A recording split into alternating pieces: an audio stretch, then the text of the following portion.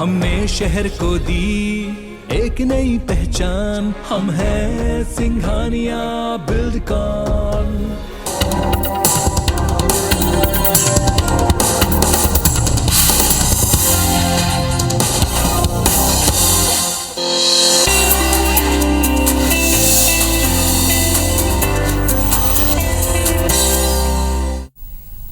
नमस्कार, सेहत से जुड़े हमारे खास कार्यक्रम हेल्थ गुरु में स्वागत है आप सभी का। मैं हूं आपके साथ ज्योति सिंह।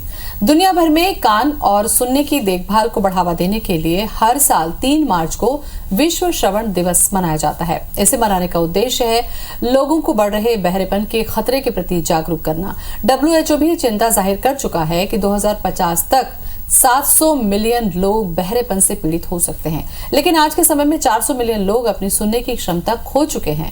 विश्व स्वास्थ्य संगठन की रिपोर्ट के मुताबिक दुनिया में सबसे ज्यादा बहरेपन की समस्या विकासशील देशों में और कम विकसित देशों में देखने को मिलती है। आज हम अपने कार्यक्रम में इसी से जुड़ी समस्या पर चर्चा करेंगे, कारण जानेंगे और इलाज की क्या व्यवस्था है, किस हद तक बच्चा सुनने के लायक हो सकता है, इस पर जानकारी आपको देंगे। तो चलिए शुरू करते हैं अपना खास कार्यक्रम हेल्थ गुरु।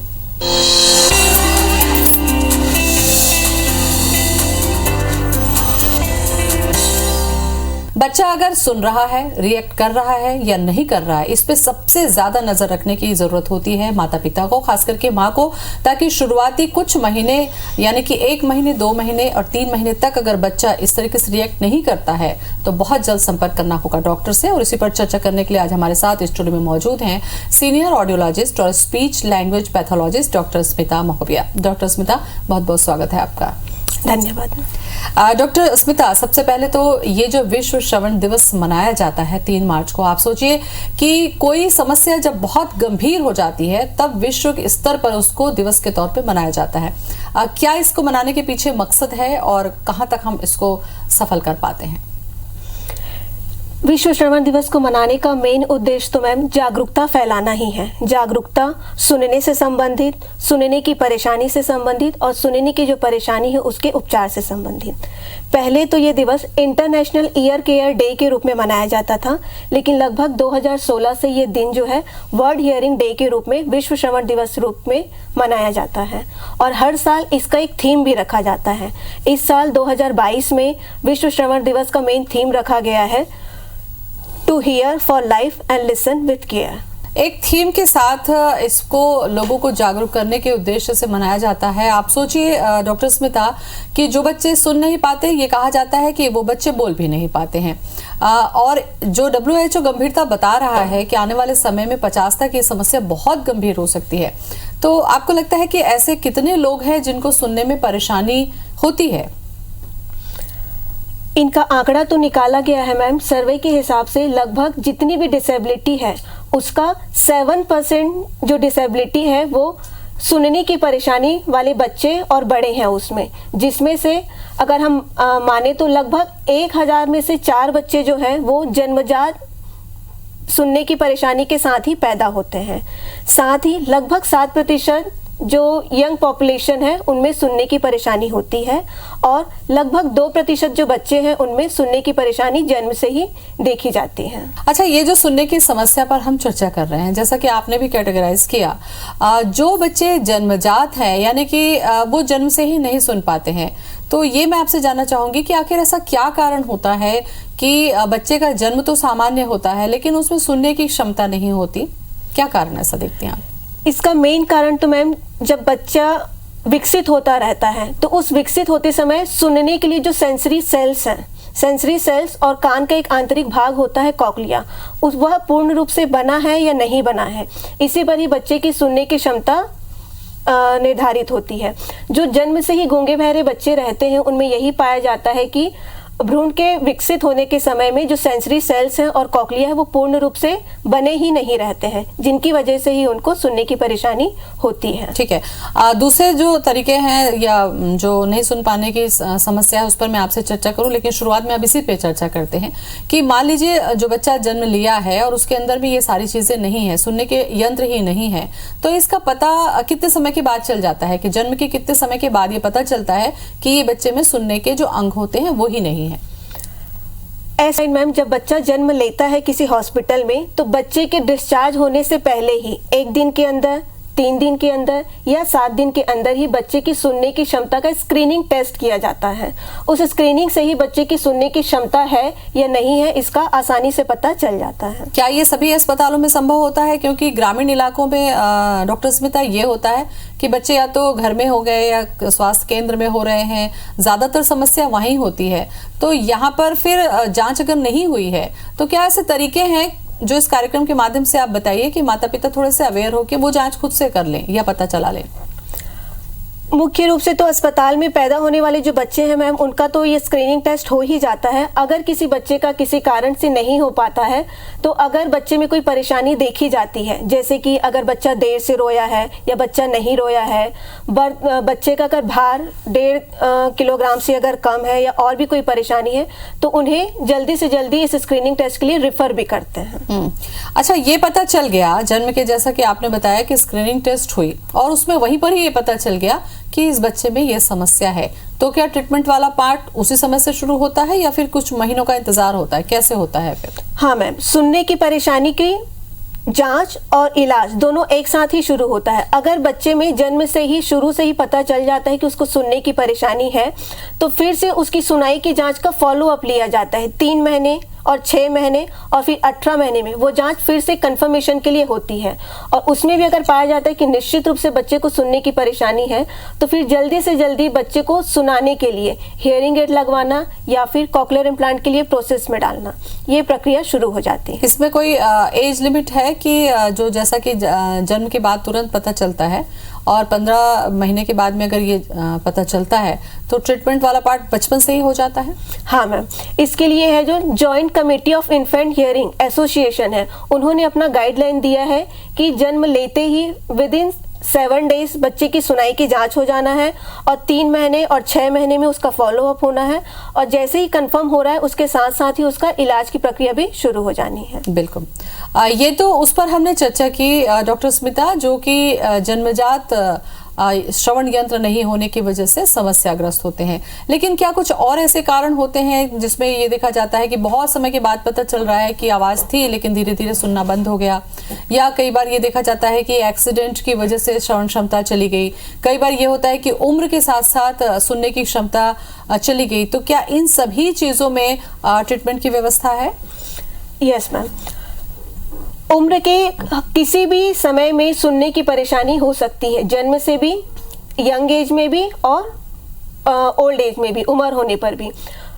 एक यंग एज में जो सुनने की परेशानी रहती है उससे संबंधित, जैसे आपने बताया कि अगर सिर या कान में गंभीर रूप से चोट लगना, कान में बार बार संक्रमण का होना या किसी लंबी बीमारी के चलते कुछ हानिकारक दवाइयों का लेना जैसे ऑटोटॉक्सिसिटी के रूप में, या फिर उस व्यक्ति का किसी नॉइजी एक्सपोजर वाली जगह में लंबे समय तक काम करना जिसकी वजह से उसको नॉइस इंड्यूस्ड हियरिंग लॉस भी हो सकता है, या फिर किसी गंभीर बीमारी के चलते भी लंबे समय तक उसको कोई गंभीर बीमारी चली है जिसके हानिकारक प्रभाव के रूप में भी उसको सुनाई की परेशानी हो सकती है। साथ ही जो उम्रदराज लोग हैं उनमें शारीरिक कमजोरी जो आती है उसके चलते कान की नसों में जो कमजोरी आती है उससे चलते जो सुनाई की परेशानी होती है, प्रेसबाइकोसिस, वो तो कॉमन ही है। और अगर उस उम्र में, ढलती उम्र में अगर ब्लड प्रेशर संबंधित परेशानी या डायबिटीज की परेशानी है तो उनमें सुनाई की परेशानी जल्दी और गंभीर रूप से भी हो सकती है। बहुत सारे कारणों पर आपने विस्तार से बताया डॉक्टर स्मिता, इसका इलाज और ट्रीटमेंट के ऊपर भी हम चर्चा करेंगे, लेकिन थोड़ा सा अवेयरनेस के लिहाज से ये भी मैं जानना चाहूंगी कि मिथ या अफवाह कुछ है क्या कि सुनने की समस्या से संबंधित किसी तरीके की मिथ या अफवाह जिसका जिक्र आप करना चाहें? सुनने और बोलने की समस्या से संबंधित मैम बहुत सारी अफवाह हैं। सबसे पहले तो सुनने से संबंधित यही आता है कि अगर घर के लोगों को लगता भी है कि अगर बच्चा नहीं सुन रहा है तो फिर भी वो उस पार्ट को अवॉइड करते हैं और उनका रहता है कि चलो नहीं सुन रहा है तो वो बाद में सुन लेगा, लेकिन कम से कम वो बोल तो लेगा, या अभी नहीं बोल पा रहा है तो देर से बोल पाएगा।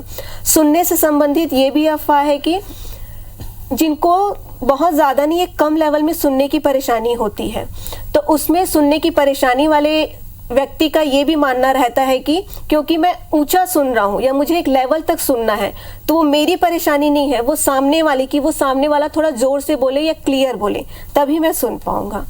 और सुनने के उपचार से संबंधित भी अफवाहें हैं, जो खास करके हमारी सोसाइटी में जो है, जितना चश्मा एक्सेप्टेबल है, हियरिंग एड उतना एक्सेप्टेंस नहीं है। हियरिंग एड सुनने के उपचार के लिए, किसी भी उम्र में सुनने की परेशानी हो, उसके उपचार के लिए मुख्य रूप से हियरिंग एड ही लगाया जाता है।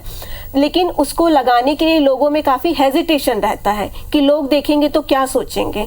लोगों को पता चल जाएगा कि मुझे सुनने की परेशानी है। सुनने की संबंधित परेशानी के लिए एक तथ्य ये है मैम कि अगर किसी दूसरे तरीके की विकलांगता रहती है, जैसे कि अगर किसी पर्सन को देखने में परेशानी है या चलने फिरने में परेशानी है, तो सामने वाले को आसानी से पता चल जाता है। लेकिन अगर सुनने की परेशानी है तो जब तक सही तरीके से और पूरा जांच ना हो, पता नहीं चलता। कभी कभी ये भी होता है कि हमारे बाजू में या हमारे सामने में कोई श्रवण बाधित व्यक्ति या बच्चा बैठा है, लेकिन हमें पता ही नहीं चल पाता जब तक उसका पूर्ण रूप से जांच ना हो। तो एक प्रकार से डेफनेस जो है वो एक हिडन प्रॉब्लम है, जिसे स्पेसिफिक टेस्ट से हमें पता करना पड़ता है। अच्छा, ये जो जांच है डॉक्टर स्मिता, यह क्या ग्रामीण स्तर पर भी संभव है, या जिनको जांच करवानी है, हो सकता है हमारे कार्यक्रम को देखने के बाद कोई जागरूकता हो और संपर्क करना चाहें, तो कहाँ जा सकते हैं और ये जांच कहाँ उपलब्ध होती है? मेडिकल कॉलेजेस हैं, जहाँ गवर्नमेंट हॉस्पिटल्स हैं, ऑडियोलॉजिस्ट फैसिलिटीज़ जहाँ पर है, वहाँ पर ये जांच की सुविधा उपलब्ध है। शहरी जगहों में तो बहुत ही आसानी से उपलब्ध है। ग्रामीण जगहों में भी समय समय पर कैंप लगा के, खास करके जो हमारे ये विश्व श्रवण दिवस है, इस दिन भी शहर और गांव दोनों जगहों में कैंप का भी आयोजन होता है, जिसमें जाके हर उम्र का बच्चा या व्यक्ति अपना सुनाई जांच करवा सकते हैं और जांच के साथ साथ उसका उपचार भी प्रारंभ कर सकते हैं। बिल्कुल, समस्या बहुत बड़ी बात नहीं है, लेकिन समस्या का समाधान ना होना ये बहुत बड़ी बात है, और इसीलिए जागरूकता के लिहाज से विश्व श्रवण दिवस मनाया जाता है। अगर ऐसे आपके बच्चे में कोई समस्या है तो बहुत जल्द आपको अलर्ट होना होगा। मिथ और अफवाह से दूर रहना बेहद जरूरी है, और इसीलिए इस दिवस की महत्ता बढ़ जाती है कि आप जागरूक हो जाइए अगर कोई भी समस्या है। सुनने की समस्या पर हम चर्चा कर रहे हैं डॉक्टर स्मिता, लेकिन ये कहा जाता है कि सुनने और बोलने में आपस में बड़ा गहरा संबंध है। जो व्यक्ति सुनता नहीं वो व्यक्ति बोलता भी नहीं। तो क्या ये संभव है कि जिसको सुनने की क्षमता में समस्या है, श्रवण यंत्र नहीं है, उसके बोलने वाले ओकल कार्ड में भी प्रॉब्लम होती है, या ये मिथ है? सुनने और बोलने में जो संबंध है मैम, वो तो बहुत गहरा ही है और बहुत आवश्यक रूप से ही है। जैसे यहाँ ही उदाहरण मौजूद है कि आप जब एक सवाल पूछ रहे हैं, मैं आपके सवालों को सुन रही हूँ, समझ रही हूँ, उसके बाद ही मैं उसका उत्तर दे पा रही हूँ। तो ये सुनने और बोलने का संबंध। और लेकिन अगर बोला जाए कि बोलने के लिए, तो बोलने के लिए सुनना और भी कुछ फैक्टर्स हैं जो कि ज़रूरी है। जैसे कि लिए एक बच्चा जो विकसित हो रहा है, उसमें बोलने के लिए, भाषा का विकास होने के लिए सुनना जरूरी है। साथ ही साथ उसका मानसिक बौद्धिक विकास होना जरूरी है। साथ ही साथ उसका शारीरिक विकास, चलना उठना बैठना, सामाजिक और व्यवहारिक विकास, जिससे संबंधित, व्यवहारिक से संबंधित उसको जो भी इंस्ट्रक्शंस दिए जा रहे हैं या जो भी चीज़ उसको सिखाई जा रही है, उस चीज़ों को सीखने के लिए इंटरेस्टेड हो, वो इंस्ट्रक्शंस को फॉलो करे। और सामाजिक विकास से संबंधित घर में उसका माहौल उस तरीके का हो कि पेरेंट्स और जो भी ग्रैंड पेरेंट्स हैं उससे उनको लैंग्वेज का एक्सपोजर मिले, डेली रूटीन एक्टिविटी जो होती है वो फॉलो करने के इंस्ट्रक्शंस उसको मिलते रहे। तो ये सारी चीज़ें ज़रूरी है बच्चे में बोलने का विकास होने के लिए। अच्छा, बोलने की जो परेशानी होती है डॉक्टर स्मिता, उसके पीछे क्या कारण होता है? बहुत सारे फैक्टर तो आपने बताया, लेकिन श्रवण में जिस तरीके से हमारे यंत्र बाधित होते हैं या नहीं होते हैं, क्या ऐसी कोई समस्या होती है कि बच्चा सुन तो रहा है बहुत अच्छे से, लेकिन बोलने में उसको प्रॉब्लम हो रही है, पर्टिकुलर कुछ वर्ड्स बोलने में प्रॉब्लम हो रही है, सेंटेंस बोलने में प्रॉब्लम हो रही है, तो इसके पीछे क्या कारण होता है? इसका मेन कारण तो यही है मैम, अगर बच्चा सुन भी रहा है तो सुनने के बाद अदर जो फैक्टर्स हैं जो बच्चे के भाषा के विकास के लिए जरूरी है, जैसे कि उसका भाई बौद्धिक विकास हो रहा है नहीं, समझने वाली चीजें उसकी डेवलप हो रही हैं नहीं। समझना इन द सेंस, भाषा को सीखने के लिए बच्चे को समझना भी जरूरी है कि क्या इंस्ट्रक्शंस दे रहे हैं, क्या उसको बोला जा रहा है करने के लिए। वैसे ही है शारीरिक विकास, चलना उठना बैठना, एक समय में एक फिक्स इंटरवल में चलना उठना बैठना होता है। उसी के साथ साथ ही बोलने से संबंधित जो भी हमारे टंग, लिप्स, इनका प्रॉपर मूवमेंट्स, इतनी मसल्स एक्टिविटी, इतना स्ट्रेंथ होना चाहिए। तो जैसे जैसे चलना उठना बैठना अगर सही समय में हो रहा है तो बोलना भी सही समय में होगा। चलना उठना बैठना अगर देर से हो रहा है तो बोलना भी या तो देर से होगा या काफी हद तक भी अफेक्टेड हो सकता है। अच्छा, अब इसके उपचार के तरीकों पर आ जाते हैं। हमने काफी विस्तार से बहुत सारी चर्चा की जो बहुत काफी हेल्पफुल है। उपचार किस तरीके से, क्या ये संभव है कि जो पूर्ण तरीके से श्रवण बाधित बच्चे हैं या व्यक्ति हैं वो सुन सकते हैं, सामान्य तरीके से जीवन जी सकते हैं? इनका सबसे पहला उपचार तो जल्दी से जल्दी परेशानी का पता लगाना ही है। एक स्टेप में अगर उनकी सुनने की परेशानी का पता चल जाता है तो वही एक पहला स्टेप है कि वहां से उसका इलाज शुरू हो रहा है। जैसे ही सुनने की परेशानी का पता चलता है उसके बाद में उसका एक कंफर्मेशन, उस कंफर्मेशन के लिए एक स्क्रीनिंग टेस्ट के बाद में और भी काफी डिटेल इन्वेस्टिगेशन के लिए जांच होती है। उस जांच के होने के बाद में बच्चे को कितनी सुनने की परेशानी है और कान के कौन से भाग में सुनने की परेशानी है, उससे संबंधित बच्चे को कान की मशीन या फिर जरूरत पड़ने पे कॉकलियर इम्प्लांट के लिए सजेस्ट किया जाता है। सुनने की जांच के लिए जो टेस्ट बोल रहे हैं मैम, जैसे कि स्क्रीनिंग के लिए होता है ऑटो एकॉस्टिक इमिशन, जिसमें सिंपल से बस ये पता चल जाता है कि बच्चा सुन रहा है कि नहीं, सिंपल पास या फेल के रूप में। पास मतलब 100% वो सुन रहा है, कोई परेशानी नहीं है। फेल मतलब कहीं ना कहीं उसको परेशानी है। एक ये स्क्रीनिंग टेस्ट में अगर वो फेल या रिफर आता है तो फिर छोटे बच्चों में एक जो बैरा टेस्ट जो करते हैं, ब्रेन इवोक्ड रिस्पॉन्स ऑडियोमेट्री, जिसमें से कान के बाहरी भाग से लेके पूरा आवाज जो कान के आपके पूरे दिमाग तक पहुंच रही नहीं, उसका जांच होता है। तो उसमें वो पूरा पता चल जाता है कि आवाज आपके कान के बाहरी भाग से दिमाग तक जा रही है या कहाँ पर परेशानी है। अच्छा डॉक्टर स्मिता, क्या ऐसा भी संभव है कि एक कान से तो सुनाई दे रहा है लेकिन दूसरा कान से सुनाई नहीं दे रहा है, सुनाई दे भी रहा है तो बहुत धीमा दे रहा है और उसी धीमे से सुनते हुए बड़ी आसानी से जिंदगी निकाली जाती है? ऐसे समय में क्या ये जरूरी है कि पेरेंट्स ध्यान दें और इसका उपचार हो सकता है? ये जो स्थिति है मैम कि एक कान में सुनने की परेशानी है और एक कान में सुनने की परेशानी नहीं है, तो इसका इलाज डिपेंड करता है उम्र पे। अगर छोटा बच्चा है, खास करके 7 साल से छोटा, जिसमें अभी भाषा का विकास होना है, तो उसके लिए दोनों कानों से सुनना बहुत जरूरी है। तो उसके लिए जिस कान में वो नहीं सुन रहा है उसकी जांच और उसका उपचार होना जरूरी है। जबकि इसके अपोजिट जो यंग एज है या जो ओल्ड एज वाले हैं, उनको अगर एक कान में भी सुनाई दे रहा है तो वो काम चल जाता है। और यंग एज में कहा जाए तो थोड़ा सा वो जॉब प्रोफाइल पे भी डिपेंड करता है। जिनको दोनों कानों से सुनना जरूरी है या एकदम फाइन ट्यूनिंग में सुनना जरूरी है, तो उनको दूसरे कान में जिसमें परेशानी है उसमें भी उपचार की जरूरत पड़ती है। अच्छा, ये जो सर्जरी होती है, जो कॉकलियर इम्प्लांट की बात आपने की है, वो सर्जरी किस तरीके से होती है और क्या इसमें बार बार फिर उस इम्प्लांट किए गए यंत्र को बदलने की जरूरत होती है या ये पूरी जो व्यवस्था है सर्जरी की वो कैसे होती है? कॉकलियर इम्प्लांट का जो कॉन्सेप्ट है मैम, वो बच्चे में जन्म से ही सुनने की परेशानी क्यों है, जो जन्म के समय जो सेंसरी सेल्स नहीं बने हुए हैं जिसकी वजह से उसको सुनने की परेशानी है, तो उसी समस्या को हल करने के उद्देश्य से ही कॉकलियर इम्प्लांट होता है। कॉकलियर इम्प्लांट के 2 पार्ट होते हैं, एक इंटरनल वाला जिसमें इलेक्ट्रोड्स होते हैं और वो इलेक्ट्रोड्स को ही जो सेंसरी सेल्स नहीं बने हैं उस तक पहुंचाया जाता है, ताकि जो भाग नहीं बना है उसके लिए एक आर्टिफिशियल चीजें प्रोवाइड की जाती हैं। साथ ही साथ में इंटरनल के साथ में एक्सटर्नल पार्ट होता है जो कि वो इंटरनल पार्ट को सपोर्ट करते हुए वर्क करता है। कई बार ये भी देखा गया है डॉक्टर स्मिता कि जैसा कि शुरू में ही आपने कहा कि चश्मा लगाए व्यक्ति को देखकर तो हम नहीं वो करते, लेकिन अगर किसी ने कान में मशीन लगाई है या कुछ मशीन लगाकर वो चल रहा है तो उसके अंदर तो झिझक होती है। तो ये सामाजिक जो एक्सेप्टेंस की बात होती है, क्या ये भी एक बहुत बड़ा कारण है जिसकी वजह से लोग थोड़ा सा झिझकते हैं या मशीन लगवाने से परहेज करते हैं, कैसे भी तरीके से काम निकालते हैं? इससे कैसे बाहर आया जाए? यही मैम बोल सकते हैं कि ये जो दिवस स्पेशल मनाना है या फिर जो अवेयरनेस क्रिएट करना, अवेयरनेस भी इन्हीं चीज़ों के लिए करना है। जितना आसानी से हम चश्मा एक्सेप्ट करते हैं, जबकि बोला जाए तो कभी कभी चश्मा पहनना एक स्मार्टनेस भी समझा जाता है कि वो पढ़ाई में अच्छा है या इस तरीके का, तो उतना ही एक्सेप्टेंस हमें हियरिंग एड के लिए भी होना चाहिए। हियरिंग एड के लिए कि ठीक है, हियरिंग एड क्यों लगाया जाता है? क्योंकि सुनने की परेशानी है, तो आप परेशानी के उपचार के लिए मशीन लगा रहे हैं, ना कि हेजिटेशन के लिए या संकोच के लिए या फिर कोई निगेटिविटी लेने के लिए। तो एज अ उपचार के रूप में उसको लेना चाहिए और हियरिंग एड लगाना चाहिए। इस अवेयरनेस के लिए भी एक है कि मशीन भी 2-3 तरीके की आती हैं। एक मशीन वो भी रहती है जो कान के पीछे लगती है और दिखती है। एक मशीन वो भी आती है जो कान के अंदर लगती है। वो हियरिंग एड ही रहता है लेकिन कान के अंदर इस तरीके से लगता है कि सामने वाले को या बाजू वाले को पता भी नहीं चलता कि वो मशीन लगी है। तो यंग एज में अगर किसी को हेजिटेशन है मशीन के बारे में तो उस तरीके की मशीन में वो यूज कर सकते हैं। बिल्कुल।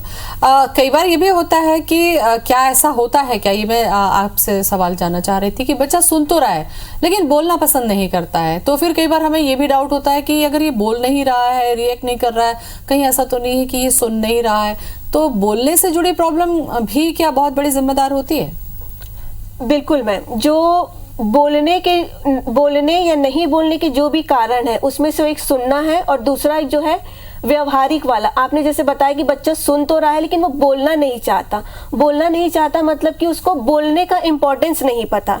तो बच्चे की जब स्पीच थेरेपी होती है तो सबसे पहले हमें एक वही कॉन्सेप्ट बच्चे को सिखाना रहता है कि बोलने का इम्पोर्टेंस उसको बताना है कि जब तक आप बोलोगे नहीं, अपनी जरूरत आप बताओगे नहीं, सामने वाले आपके पेरेंट्स आपकी नीड्स कैसे पूरी करेंगे।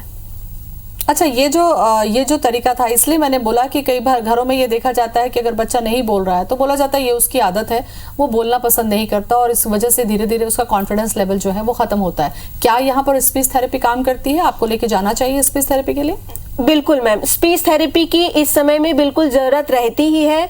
जो पेरेंट्स का भी एक कॉन्सेप्ट क्लियर करना रहता है कि बोलना भी एक उम्र के हिसाब से होता है। एक उम्र होती है, जनरली एक देखा जाता है कि 1 साल का जब बच्चा होता है तो एक शब्द वो बोलता है और लगभग 2 साल का जब बच्चा होता है तो एक सिंपल वाक्य बोल के वो अपनी जरूरत की चीजें बता सकता है। तो वैसे ही बोलने की जो माइलस्टोन है उस माइलस्टोन से ही बच्चे को बोलना रहता है। तो ये कॉन्सेप्ट पेरेंट्स को और फिर बच्चे में भी जब थेरेपी होती है तो ये जो माइलस्टोन है वो हमें अचीव करने रहते हैं। कुल मिला के डॉक्टर स्मिता कि किसी भी चीज को नजरअंदाज नहीं करना चाहिए। अगर बच्चा सुन के भी नहीं बोल रहा है तो भी हमें स्पीच थेरेपी या एक्सपर्ट के पास जाना चाहिए और अगर बच्चा रिएक्ट ही नहीं कर रहा है तब तो बहुत जल्दी डॉक्टर से कंसल्ट करना चाहिए। बहुत बहुत शुक्रिया आपका तमाम जानकारी के लिए। ओके, धन्यवाद।